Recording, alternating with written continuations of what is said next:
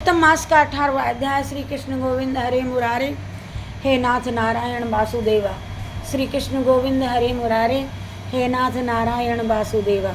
श्री कृष्ण गोविंद हरे मुरारे, हे नाथ नारायण वासुदेवा। जय श्री कृष्ण। इस प्रकार उस ब्राह्मण के विलाप को सुनकर के 10 दिशाओं में गरजता हुआ मेघ बादल आया। उस मेघ से पर्वतों को कंपायमान करता हुआ, तीक्ष्ण स्पर्श करता हुआ और बड़े वेग से वायु चलने लगी और अत्यंत जोर से वहाँ बिजली चमकने लगी और मेघ शब्द से चारों दिशाएं पूरित हो गई।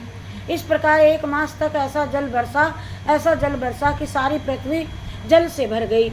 परंतु पुत्र शोक की अग्नि से तपे हुए उस ब्राह्मण को कुछ भी मालूम न हुआ। ना उसने पानी पिया, न भोजन किया। पुनः पुनः इस प्रकार पुकारते हुए उसको सारा मास व्यतीत हो गया। वह मास श्री कृष्ण भगवान को प्रिय पुरुषोत्तम मास था।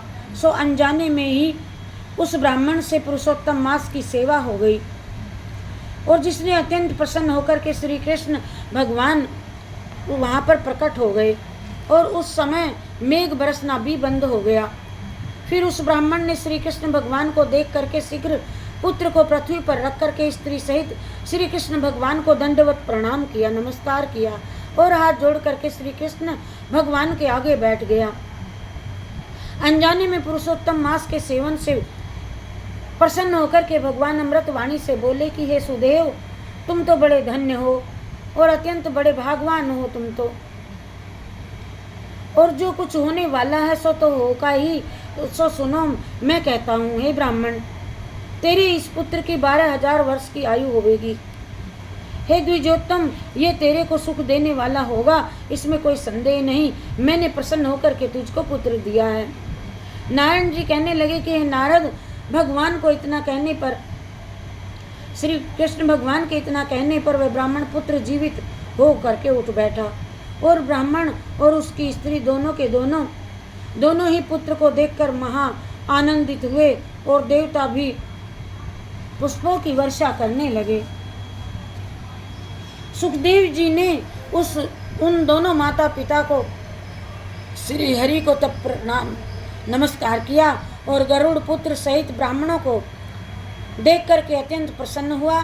तब ब्राह्मण आश्चर्य युक्त होकर के श्री हरि को नमस्कार करके हाथ जोड़ करके गदगद वाणी से संशय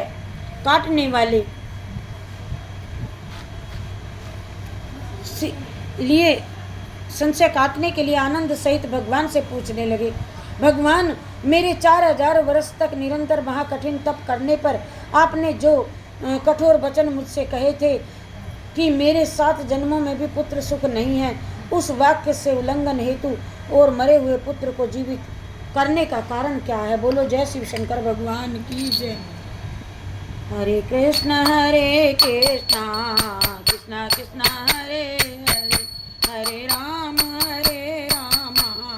राम राम हरे हरे, हरे कृष्ण कृष्ण कृष्ण कृष्ण हरे हरे।